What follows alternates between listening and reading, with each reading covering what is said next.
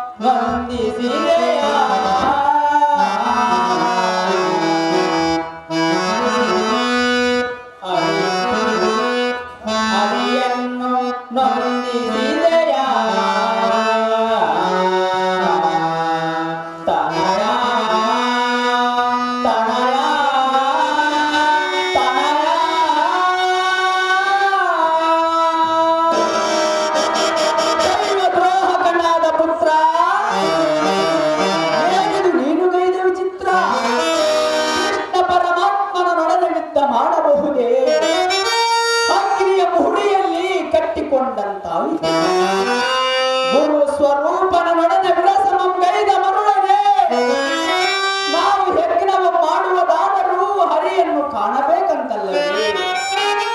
ಎಲ್ಲ ಹೃದಯದೋ ಜನಿಸಿದ ಸುಕುಮಾರ ಮಾಡಿದೆಯಲ್ಲೋ ತಂದೆಯ ಮೇಲೆ ಅಪಘಾತ.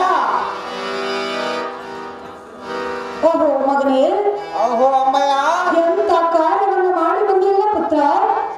ಕ್ಷತ್ರಿಯ ಧರ್ಮ ಕಾರ್ಯ ಮಾಡಿದ ಮಾತೆ ಕಂದ. ಅಮ್ಮಯ್ಯ, ನಾವು ಮಾಡಿದ ಕೆಲಸಗಳನ್ನು ಹಾಳು ಮಾಡಿದೆವು. ಸಾಕ್ಷಾತ್ ನಾರಾಯಣನೇ ಎಂಥವನ್ನು ಮಾಡಿ ಬರಲೆಂದು ಹೇಳ್ತೀವಿಯಲ್ಲ. ಹೌದು ಮಾತೆ. ಹರಿಯೋ ನಿನ್ನ ಕುತ್ತಿಗೆ ನಾನೇನು ಹೇಳಿದೆ. ಎಂತ ಆಪತ್ತು ತಂದತಿ ಪತ್ರ ಪತ್ರ. ಓಹೋ ಅಮ್ಮಯ್ಯ, ನಿನಗೇಕೆ ನನ್ನ ಮೇಲೆ ಇಷ್ಟು ಬೇಸರ? ನಿಮ್ಮ ಹಾಕ್ಲಿಯಂತೆ ನಾನು ಕುದುರೆ ಹಿಂದೆ ಹೋಗಲು ದಾರಿಯ ಮಧ್ಯದೊಳಗೆ ನಮ್ಮ ಕುದುರೆ ಪಾಂಡವರ ಕುದುರೆಯ ಹೋರಾಡುವುದ ಕಂಡು ಪಾಂಡವರ ಫಲಿಯ ಬರಲಿಕ್ಕದಂತೆ ವರ್ತಿಸದನಾಗಲಿ ನನ್ನ ತಪ್ಪೇನಿದೆ. ಅಹೋ ಮಾತೆ, ಆ ಎರಡು ಕುದುರೆಗಳ ಕಲವಂ ಮೊದಲೇ ಪಾರ್ಥನ ನೋಡಿದ್ದರೆ ನಮ್ಮ ಕುದುರೆಯನ್ನು ಕಟ್ಟಿದ ಬಿಡುತ್ತಿದ್ದನು. ಆಗ ನಾನು ಪಾರ್ಥ ಶ್ರೀಕೃಷ್ಣ ಒಡನೆ ಯುದ್ಧವನ್ನು ಗೈಸಿದ್ದನಲ್ಲ. ನಾನು ಮೊದಲ ಕಂಡಿದ್ದರಿಂದ ಪಾಂಡವರ ಕುದುರೆಯನ್ನು ಕಟ್ಟಿ ನ್ಯಾಯವಾದ ಯುದ್ಧವನ್ನು ಮಾಡಿ ನರನಾರಾಯಣನ ಗೆದ್ದ ಬಂದವರಿಂದ ನಿಮಗೆ ಹಾಗೆ ಕಂಡು ಬರುವುದು.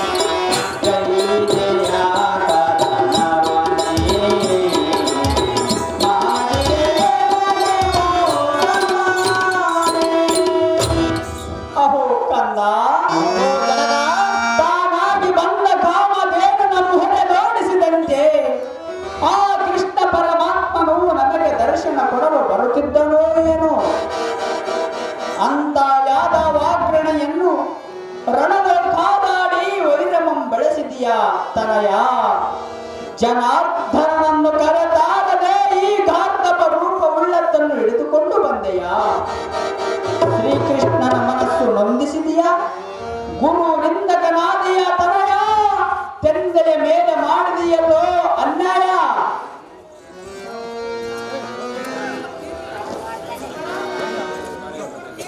ಆಹೋ ಜನಕ, ಏನಿದೆ ನನ್ನ ಬೋಧಕ?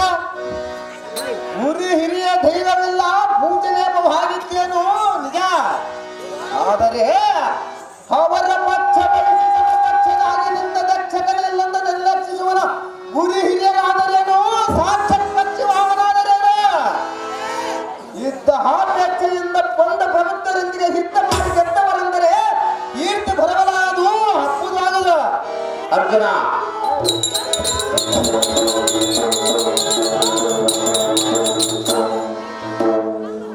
ಜಾಂಬವಂತರ ಶ್ರೀಕೃಷ್ಣನ ಬಡಿನ ಮುಷ್ಟಯುದ್ಧವನ್ನು ಮಾಡಿ ನಷ್ಟವೇನಾದರೂ ಪಟ್ಟರೆ ನಾರಾಯಣನವರು ಶರಣರ ಯುದ್ಧ ಮಾಡುವ ಸಮಯದ ಪ್ರಬುದ್ಧರೆಂದರೆ ಬಿಡುವುದಾಗಿದೆ. ಕತ್ತಿಯ ಮೇಲೆ ತಾವು ಕುಳಿತು ಪ್ರಬುದ್ಧರಾಗಿ ಸುಮ್ಮನಿದ್ದರೆ ಕಾಲಿಗೆ ಬಿದ್ದು ಮತ್ತು ಗೃಹಕ್ಕೆ ಕರೆದಿರ್ತಿದ್ದನು. ನರನಾರಾಯಣರನ್ನ ಗೆಲ್ಲುವ ಸಾಮರ್ಥ್ಯ ನನ್ನ ಇದ್ದಿದ್ದರಿಂದ ಎದ್ದು ಬಂದೆನ. ಜನಕ, ಈ ಯಜ್ಞದ ಕುದುರೆಯನ್ನು ಹಿಡಿದು ತಂದಿರುವನ ತಂದೆ ಅಪ್ಪಣೆಯನ್ನು ಮುಂದೆ.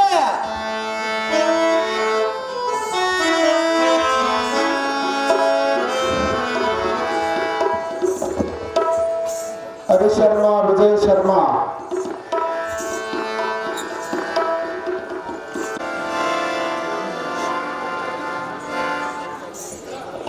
ಮೈವೇದ್ಯದ ಮಹಾವಿಗೆ ಆಶೀರ್ವದಿಸಿವೆ.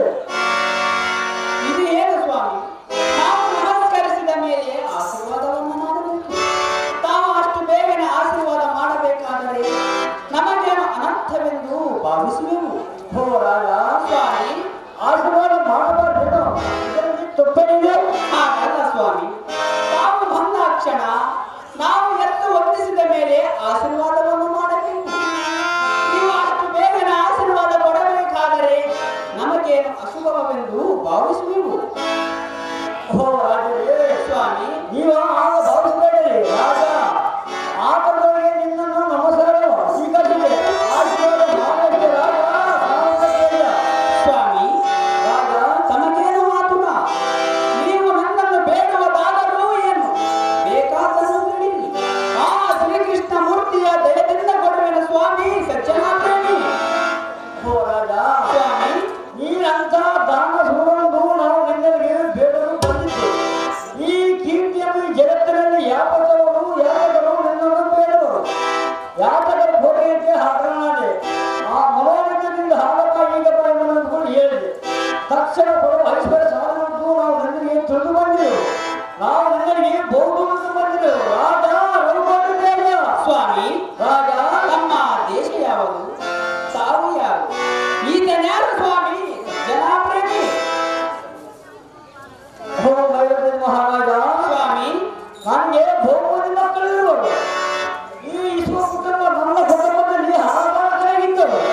ಈಗ ನನ್ನ ಶಾಂತಿ ಹುಗಲಕ್ಕೆ ಸ್ವಭಾವ ನಿಮ್ಮಂತ ದೊಡ್ಡ ಸ್ವಾಧೀನ ಆಗಿದ್ದರೆ ರಾಜ ರಘುಪತಿದೇವ. ಸ್ವಾಮಿ, ಮುಂದಿನ ಸಂಗತಿ ತಿಳಿಸದೆ ಸುಮ್ಮನಾದಿರ. ನಿನ್ನ ಅಭಿಪ್ರಾಯವನ್ನು ಎನ್ನ ಮುಂದೆ ವ್ಯಕ್ತಪಡಿಸು ಸ್ವಾಮಿ, ಸಜ್ಜನಾಪ್ರೇಮಿ. ಹೇಗೆ ಶಿಷ್ಯ, ಹೇಳಿದ್ದೇನೆ ಗುರುಗಳೇ. ಉಪಗತವು ಹೇಗಿರುವ ನೋಡು. ನಮ್ಮ ಹೇಗ ಕ್ಷೇಮಗಳ ವಿಚಾರಿಸಿ ನಮ್ಮ ಮನಸ್ಸು ಸಂತೋಷ ಪಡೆದರು. ವಿಜಯ ಶರ್ಮ, ತಿಳಿ ದೇಹ ವೈರತ್ಯ ಜನ ಮರಣ. ಅಹೋ ಗುರುವರಿಯ, ಶಿಷ್ಯ, ಶಾಂತ ಚಿತ್ತದಿಂದ ನಮ್ಮಲ್ಲಿ ವರ್ತಿಸುವವರು ಯಾಚಕರು ಕೇಳದೆ ಕೂಡಲೇ ಆಚೆಗೆ ಹೋಗನ್ನವರ ಕೆಲವರು. ಆದರೆ ಈ ಮೈರಭ್ಯದ ಮಹಾರಾಜರು ಎಷ್ಟೋ ಆಧಾರದಿಂದ ನಮ್ಮನ್ನು ಸತ್ಕರಿಸುವರು. ಅನ್ನಕ್ಕಿಂತ ಆಧಾರವಿಲ್ಲವೆಂಬ ಸ್ವೇಚ್ಛೆಯಿಂದ ನಮ್ಮನ್ನು ಬಹು ವಿಶ್ವಾಸದಿಂದ ಆಧರಿಸಿರುವವರು. ಯಾರು ಮೊದಲು ಆಧರಿಸಿರುವರೋ ಅವರಲ್ಲಿ ಅನುಗ್ರಹ ಇರುವುದಂತೆ ತಿಳಿಯಬೇಕು. ಆಗಲಿ ಇವನು ನಮ್ಮ ಇಚ್ಛೆಯನ್ನು ಪೂರೈಸುವನೇನೋ ನೋಡೋಣ. ಸ್ವಾಮಿ, ರಾಜ, ತಾವು ಎನ್ನನ್ನು ಬಯಸಿ ಎನ್ನೆನಿಸು ಬಂದೆ. ಅದನ್ನಿಷ್ಟು ಹೇಳಿದರೆ ನಾನು ನಡೆಸಿಕೊಡುತ್ತೇನೆ. ಸ್ವಾಮಿ, ಸಜ್ಜನಾಪ್ರೇಮಿ. ಅಮ್ಮ ರಾಘವಯ್ಯ ಏನು ಹೇಳಿದ ಆಶ್ಚರ್ಯ ದೈತ್ಯನವು ಸ್ವಲ್ಪ ಉಪಗತ ಹೊರಟ ಮೇಲೆ ರೋಗಗಳನ್ನು ಆ ಗೋವನ್ನು ಕುಟುಂಬ ಪೋಷಣೆ ಕೊಟ್ಟು ಜೀವನಕ್ಕೆ ಹಠವಾದೆ. ಈಗ ನಮ್ಮನ್ನು ಭಕ್ತರು ಏನು ನನ್ನಲ್ಲಿ ಶಕ್ತಿ ಕಸವನ್ನು ನಿಸ್ಸಕ್ರಮವಾಗಿ ಮಾಡಿದರು. ನನ್ನ ಕ್ರಿಯೆಗಳನ್ನು ಭಾರವನ್ನು ನಾನು ಬಾರಿ ಬಂದಿತ್ತು. ಆ ಭಾರಕ್ಕೆ ನಿಮ್ಮಂತವರು ಸಹಾಯ ಮಾಡಲು ಕೇಳಲು ಬಂದಿದ್ದೇನೆ ರಾಜ. ಸ್ವಾಮಿ, ಅಮ್ಮ ಸುಮತಿ, ನಿಮ್ಮ ಮಗನ ಮಧ್ಯದ ಖರ್ಚಿನ ಭಾರ ನಮಗಿರಲಿ. ನೀವು ಎಷ್ಟು ಮಾತ್ರಕ್ಕೂ ಚಿಂತೆಯನ್ನು ಮಾಡಬೇಡರಿ. ನಿಮ್ಮ ಮಗನ ಮದುವೆ ಮಾಡುವ ಭಾರ ನಮಗಿರಲಿ ಸ್ವಾಮಿ. ಗುರುವರ್ಯ, ಶಿಷ್ಯ ಪುರುಷರಂದೇ ದಾನಶೀಲರೆಂದು ತಿಳಿದು ಬಂದಿದ್ದನು. ಕುಮತ್ವದಿಂದ ಸ್ತ್ರೀಯರು ಕೂಡ ದಾನಶೀಲರೆಂದೇ ತಿಳಿದು ಬಂದಿತು. ದೊಡ್ಡವರು ದೊಡ್ಡ ಕಾರ್ಯಗಳನ್ನೇ ಮಾಡುವರಾಗಲೇ ಹಿರಿದ ಕಾರ್ಯಗಳನ್ನು ಮಾಡಲಾರರು. ಇಂತಹ ಸ್ತ್ರೀಯರನ್ನು ಮಾಡದ ಮಾತೇ ಧನ್ಯಳು. ಅಮ್ಮ ಕುಮಾರತಿ, ನೀನು ಹೇಳಿದಂತೆ ನನ್ನ ದೊಡ್ಡ ಭಾವವನ್ನು ನೀವು ವರ್ತಿಸಿದೆಯ. ನಾನು ಈ ಶಿಷ್ಯನನ್ನು ಮಗನನ್ನ ಬೇಗ ಸಿಂಹನ ನೋಡಿ ಬ್ರೇಕಸನಂದು ಮೂವರು ಕರೆದು ದಾರಿಯಲ್ಲಿ ಬರುವಾಗ ದಾರಿ ತಪ್ಪಿ ಹರಣ ಮಾಡದ ಹಿಡಿದು ಪ್ರಯಾಣ ಮಾಡೋ ಸಮಯದಲ್ಲಿ ಮೈರತ್ಯದ ಮಹಾರಾಜ ತಾವು ಬೇಕಿದ್ದನ್ನು ಬೇರೆಯನ್ನು ವಚನವನ್ನು ಕೊಟ್ಟಿದ್ರಿ. ಆದ್ದರಿಂದ ನಾವು ನಿಮ್ಮನ್ನು ಕೇಳೋದು ಏನೆಂದರೆ, ನಾವು ಮೂವರು ಹಳ್ಳಿಯಲ್ಲಿ ಬರುವಾಗ ಒಂದು ಸಿಂಹ ಬಂದು ಏಕಾಏಕೆಯನ್ನು ಮಗನನ್ನು ಹಿಡ್ಕೊಂಡು ಬಿಟ್ಟಿತ್ತು. ನಾನು ಶಿಷ್ಯನನ್ನು ಸಿಂಹನ ನೋಡಿ ಬೇಕಸನಾದೆ. ಏ ಪುತ್ರ, ಸಿಂಹದ ಕೈ ಸಿಕ್ಕಿಬಿದ್ದ ಹಿಂಡು ದುಃಖಿಸುತ್ತರು. ಅಷ್ಟೆಲ್ಲ ಸಿಂಹನನ್ನ ಮಗನನ್ನು ಕೊಲ್ಲದೆ ತನ್ನ ಮುಂಗಲಗಳನ್ನು ತಿಳಿಸಿಕೊಂಡು ಮನುಷ್ಯರು ಮಾತನಾಡದಂತೆ ಮಾತನಾಡಿ,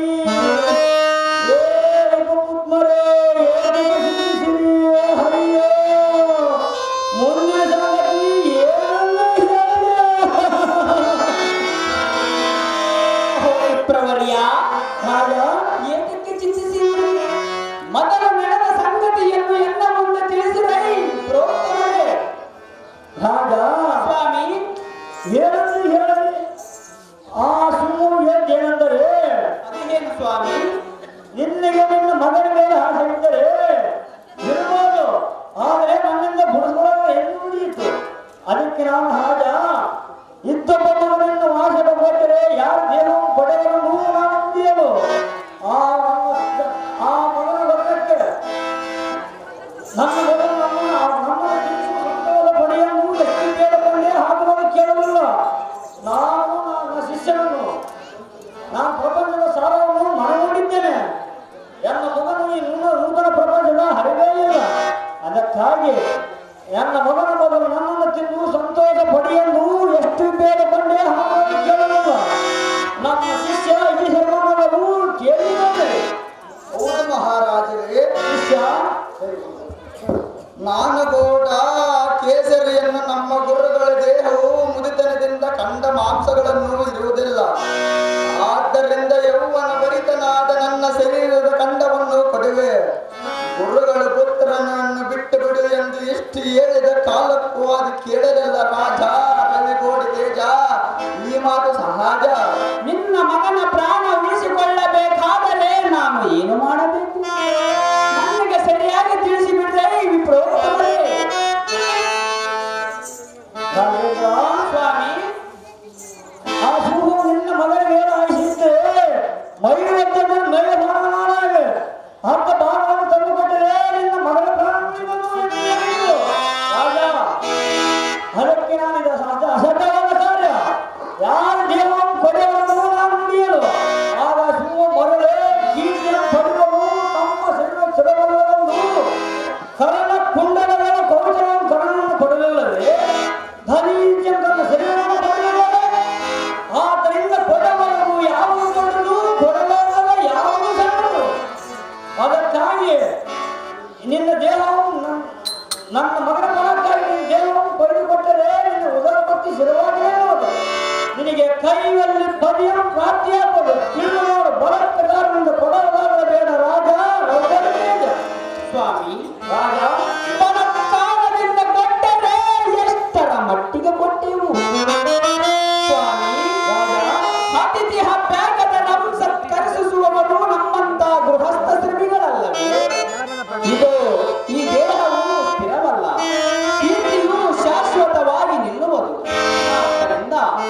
ನಿಮ್ಮನ್ನು ಸಾಕ್ಷಾತ್ ಶ್ರೀಕೃಷ್ಣ ಮೂರ್ತಿ ಎಂದು ತಿಳಿದು ನಿನ್ನ ಮಗನ ಪ್ರಾಣ ಉಳಿಸಲಿಕ್ಕಾಗಿ ಇದು ಪ್ರಮಾಣ ಪೂರ್ವಕವಾಗಿ ಕೈಯಲ್ಲಿ ಕೈ ಹಾಕಿ ಶ್ರೀಹರಿಯ ಸಾಕ್ಷಿಯಾಗಿ ಬ್ರಾಹ್ಮಣರ ರಕ್ಷಣೆಗಾಗಿ ನನ್ನ ದೇಹದ ಅರ್ಧ ದೇಹವನ್ನು ಕೊಯ್ದುಕೊಳ್ಳುವನು ಸ್ವಾಮಿ. ತಾವಿಂದ ಸಂತೋಷ ಪಟ್ಟಿರಾ? ಕೇಳಿದೆ ಶಿಷ್ಯ, ಹೇಗಿರುವ ನೋಡು. ಹೇಳಿದ್ದೇನೆ ಗುರುಗಳೇ, ಇವರ ಉದಾರ ಮಾತುಗಳೇನು ಚೆನ್ನಾಗಿವೆ. ಆದರೆ ಕಾರ್ಯರೂಪದಲ್ಲಿ ಹೇಗೆ ಮಾಡುವರೆಂಬುದು ನೋಡಿದರೆ ಹಾಗೆ ತಿಳಿಯುವುದು ಇವರ ಭಕ್ತಿ ಮಾರ್ಗ, ಅನಂತರ ವೈಕುಂಠದ ಮಾರ್ಗ.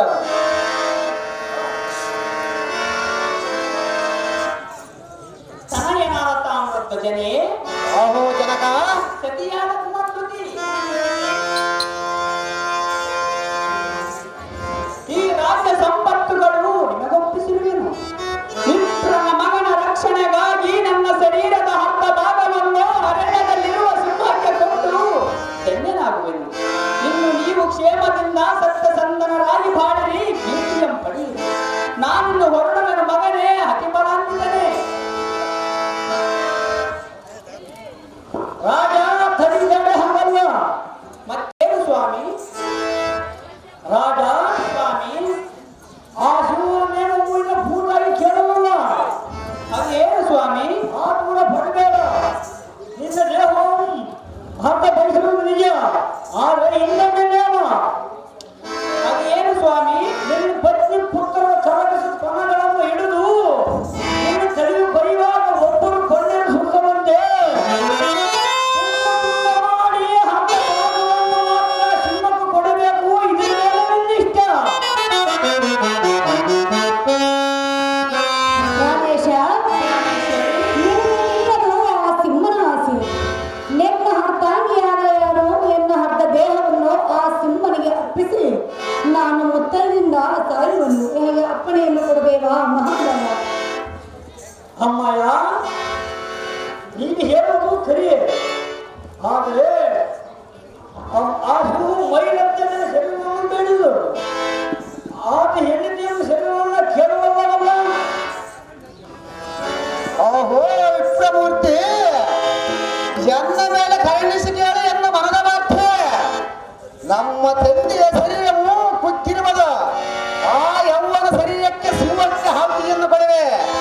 ಏಕೆಂದರೆ ಹೆಂಡ ಮಕ್ಕಳಿಗೆ ಭೇದವಿಲ್ಲಂದು ಶಾಸ್ತ್ರ ಸಿದ್ಧಾಂತವಿಂದಕ್ಕೆ ಶ್ರೀರಾಮಚಂದ್ರನ ತಂದೆಗಳ ಕರಣವನ್ನು ತೋರಿಸಿ ಸ್ಥಿರವಾದ ಕೀರ್ತಿಯ ಪಡೆದಿರುವರು. ನಾನು ಕೂಡ ಅದರಂತೆ ಕೀರ್ತಿಯ ಪಡೆಯುವನು. ನನಗೆ ನೇಮವನ್ನು ಪಾಲಿಸರೈ ಕೂಸುರತ್ತವರ. ಗೋಪಾಲ, ಆ ಶಿವವು ಮೈಲಂತೆ ದಕ್ಷಿಣ ಭಾಗವಾಗಲಿ, ಆತನ ಹೆಂಡತಿ ಶರೀರವಾಗಲಿ ಆತ ಮಗನ ಹೆಣ್ಣಾಗಿ ಕೇಳಲಿಲ್ಲ. ಆ ಶಿವವು ಮೈಲಂತೆ ಶರೀರವನ್ನು ಬೇಡಿರಲ್ಲ. ಆದ ಕಾರಣ ನಾನು ಬಂದು ಬೇಡಿದ್ದಂತೆ ಆಯಿತು. ನೀವು ನಮ್ಮ ಶರೀರ ಪಡೆವೆ, ನಮ್ಮ ಶರೀರವನ್ನು ಪಡೆಯುವಂತ ಕಾರಣ ಕಳೆದರೆ ಅರಣ್ಯದಲ್ಲಿ ಇರುವ ನನ್ನ ಮಗನ ಸಿಂಹದ ಕೈಯಲ್ಲಿ ಸಿಕ್ಕಿದ್ದು ಎತ್ತಪಡಿತ್ತರು. ಆಲಸ್ಯ ಮಾಡೋದು ಧರ್ಮಕ್ಕೂ ಕರ್ತವ್ಯವಲ್ಲ. ಇನ್ನು ಸೂರ್ಯ ಉದಯಕ್ಕೆ ಮುಂಚೆ ಆ ಸಿಂಹನಿಗೆ ಅನುಭವಿಸಬೇಕು. ನೀವು ಮಾತಿನಿಂದ ಕಾಡನ್ನು ಕಳೆದರೆ ನಮ್ಮ ಮಗನ ಗತಿ ಏನು? ನೀವು ಕೊಟ್ಟರೆ ಕೊಡವೆ, ಬಿಟ್ಟರೆ ಬಿಡಿ. ಶಿಷ್ಯ, ಹೋಗಲು ನಡೀರಿ. ಸ್ವಾಮಿ,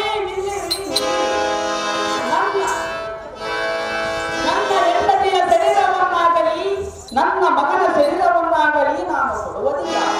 ನಾನು ನಿನ್ನಗೆ ಕೊಟ್ಟ ಮಾತಿನಂತೆ ನನ್ನ ಶರೀರವನ್ನು ಕೊಡುವೆನು. ಪ್ರೇಮದ ಸತಿಯಾದ ಕುಮಾರಧ್ವತಿ, ಧರ್ಮಪರವಾದ ತಾಮ್ರಧ್ವಜ, ಅಹೋ ಜನಕ, ಜಾಗ್ರತೆಯಿಂದ ಕರಗಸಂ ತಂದು ಎನ್ನ ಶರೀರವನ್ನು ಕೊಯ್ದು ಕೊಡಿರಿ. ಶ್ರೀ ಹರಿಯ ಧ್ಯಾನ ಮಾಡಿರಿ. ನನ್ನ ಇಷ್ಟದಿಂದ ಹಾಗರೆ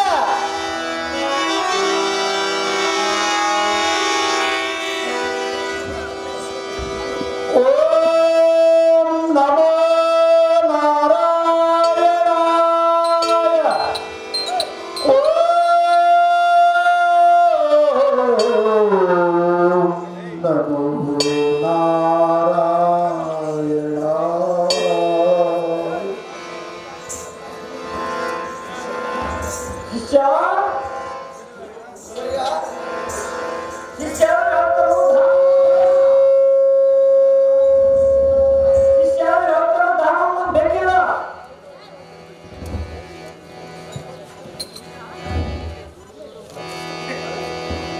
ಶಿಷ್ಯ ಇವರು ಅಳುತ್ತಾ ದಾನವನ್ನು ಕೊಡುವರು.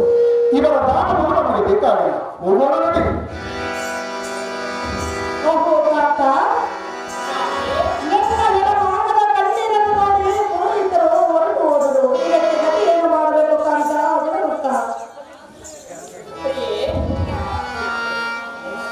ನಾನು ಹೊರತ ದಾನವನ್ನು ಧರ್ಮಪತ್ನಿ ಗಣಪತಿ ಗಣಪತಿ ಒಲಿದ ತಲೆಯುವಳಾಗಲು ತಾಮ್ರಧ್ವಜನೆ. ಅಹೋ ಜನಕ, ತಕ್ಷಣವೇ ಆ ಬ್ರಾಹ್ಮಣರನ್ನು ಕರೆತರುವಂತವನ ಪುತ್ರ ಕೋಮಲಗಾತ್ರ. ತಂದೆಯರಿಂದ ಇಷ್ಟವೆಂದ ಹಾಗೆ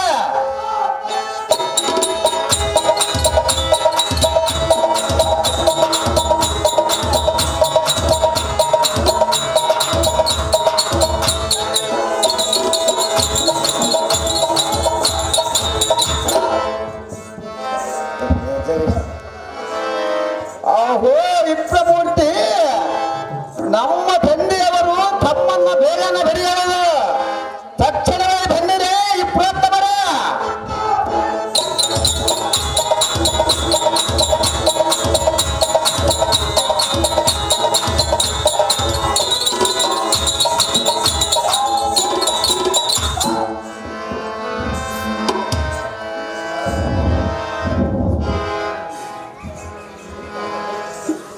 ದೈವ ಸ್ವರೂಪಿ ಅಂತ ಬಂದಿರುವ ವಿಷ್ಣುತ್ತಮನೇ, ಮಹಾರಾಜ ನಾನೇನು ಹೊರತ ದಾನವನ್ನು ಕೊಡಲಿಲ್ಲ.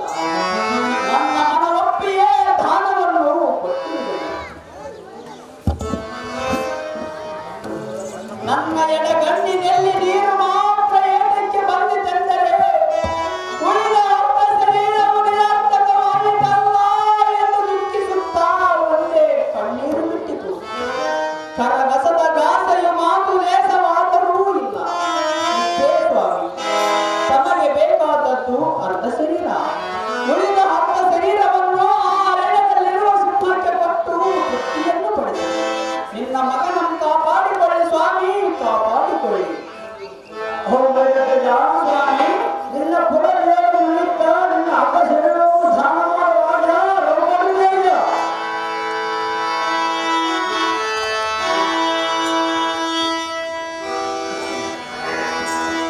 ಶ್ರೀ ಹರಿ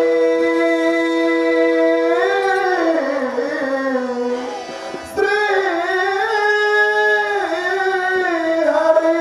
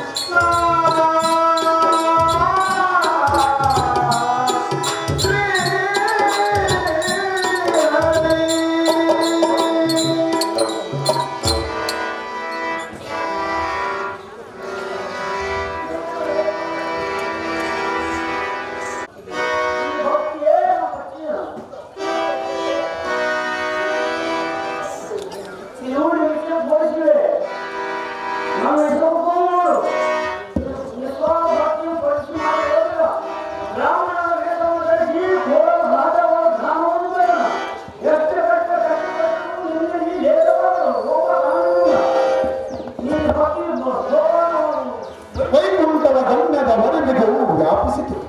ಜನ ಈಗಲಾದರೂ ನಿಜತ್ವವನ್ನು ಅರಿತು ನೀನು ವೀರ ಸಿಂಹನಂತಿದ್ದರು ಅಹಂಭಾವಕ್ಕೆ ಮನಮುಟ್ಟಿದ್ದಿ. ಇನ್ನಾದರೂ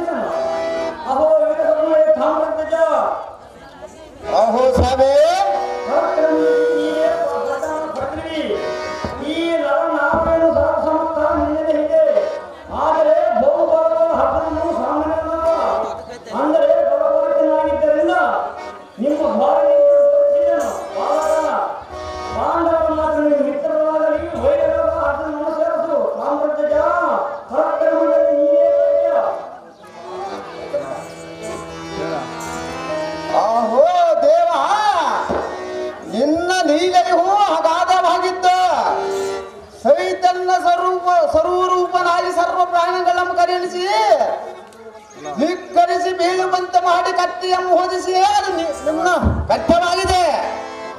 ನಾನು ಅಂಧಕಾರ ಜ್ಞಾನದಲ್ಲಿದ್ದ ಐಶ್ವರ್ಯ ಮದದಿಂದ ಸಜ್ಜನ ದಾನವನ್ನು ತಿಳಿಯದೆ ಒಟ್ಟಿಸಿದರೆ ನಮ್ಮ ಏತಕ್ಕೆ ಬೋಧವನ್ನು ಗೈವೆ. ನಾನು ನಿನ್ನ ನಿಜ ಭಕ್ತನೇ ಸರಿ ಶ್ರೀಹರಿ. ಈಗ ನನಗಿದ್ದ ಸಾಮ್ರಾಜ್ಯವೇ ಸಾಕು. ಕಾಲಕ್ಕೆ ಮಳೆ ಬೆಳೆಗಳನ್ನು ಕೊಟ್ಟು ಸದಾ ಸುಖವಾಗಿರುವಂತೆ ಹೊರವನ್ನು ಪಾಲಿಸಿ ಇನ್ನು ನಿಮ್ಮ ಐಶ್ವರ್ಯವನ್ನು ನೀವೇ ತೆಗೆದುಕೊಂಡು ಪಾಂಡವರ ಅಶ್ವಮೇಧ ಯಾಗವನ್ನು ಪೂರೈಸಿರಿ. ಇದು ಕಪ್ಪ ಕಾಣಿಕೆಯನ್ನು ಸ್ವೀಕರಿಸಿರಿ. ಇನ್ನು ಸೂರ್ಯನು ಉದಯಿಸಿದನು ನಮ್ಮ ಮನೆ ಆಭಾಗಿತರಾಗಿ ನಮ್ಮನ್ನು ತೃಪ್ತಿಪಡಿಸಿರಿ ದೇವ ಮಹಾನುಭಾವ. ಭಾರತ ತಥಾಸ್ತು.